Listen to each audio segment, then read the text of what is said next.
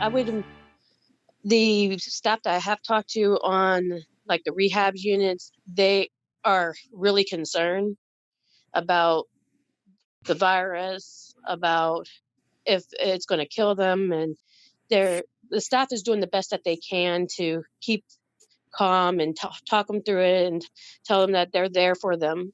I don't know how you guys, because it's such, it seems like such like inescapable conflict to be able to be like, okay, I have to care for these people, and at the same time, there's this unseen presence that like, it's like, I don't know how you navigate all that. There is no social distancing in nursing. It is it's hard to social distance uh, in a home of being social because we are constantly moving from one room to the next to talk, and we have to make sure to take precautions before we go into that next room and make sure we wash up and make sure we don't take anything in the room. If there's a room that possibly has that virus, you have to sign off that you were in that room if they are being tested. So if something happened that they tested positive, they can make you aware, hey, you were in this room. Are you having any symptoms? But it sounds like with all that stuff, I mean, you tested positive recently, right? Yes. It sounds like it's just vague and like hard to actually figure out how to. Yeah, I don't know. It's an invisible enemy. You never know if you're walking right into it. You could get this walking around and just going to shop at Walmart to get your necessities for the next couple of weeks. And someone coughing, you walk right through it and you don't realize you walked through it. You can't fight it's harder to fight something you cannot see. What's it been like for you having it? It's the coughing is horrendous. I would say that it sounds like I'm barking. And um I not once had a fever. Like everyone's talking about if you had a fever, we really need to test you. But me and a few other people that I've talked to that was tested, none of us had fevers, not once yet. The You do ache a lot. Like I'm talking when at a certain point you'll feel very, very achy. And sometimes if you ache all the time, it's hard to tell if you are just hurting a little bit more today or is this so sometimes you can't tell if it's a symptom, but you do ache a lot.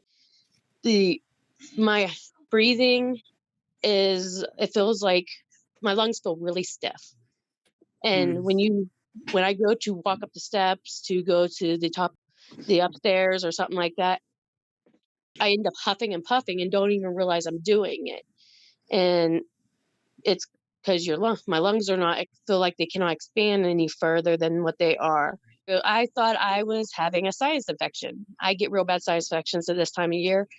And what made me really start to question was one night I couldn't smell anything. And I'm like, okay, well, sinus infections, you can't really smell anything. I might be stuffed up. I'm not sure. So I went to bed. I was off from work the next day. So I got up and I had to go to a doctor's appointment. And I was reading something on social media about someone else who had contracted the virus and what their symptoms was. And they were saying, well, I can't taste anything or smell anything. And I'm like, well, I can't smell nothing.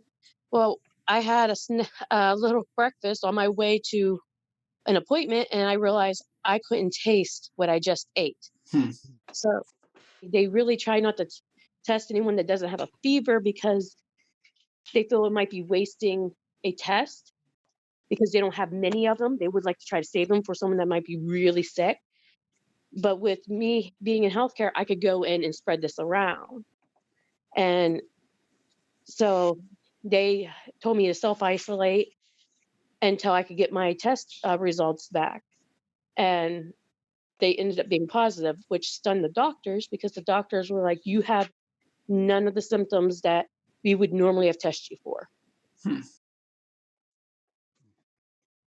Shania,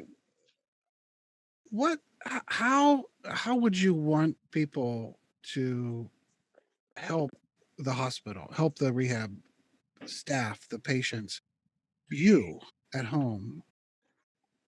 Any thoughts on that? This if anyone has like N95 masks, they're really hard to come and get, no matter where you are. But I know like there was a construction worker that said, "I have some, I can drop them off." Uh, any healthcare place could use them. Any place can use masks and goggles, and it's at this point it's all about keeping our residents as healthy as possible because they can't see it, we can't see it. We just know the symptoms to test for it. Anyone could send a person a card. I mean, make a project out of it if you have kids, and to make cards to send to the residents because anything would brighten their day at this point because they don't get any social interaction other than from us. So, and they really, do like cards. And they hang them up and they keep them forever.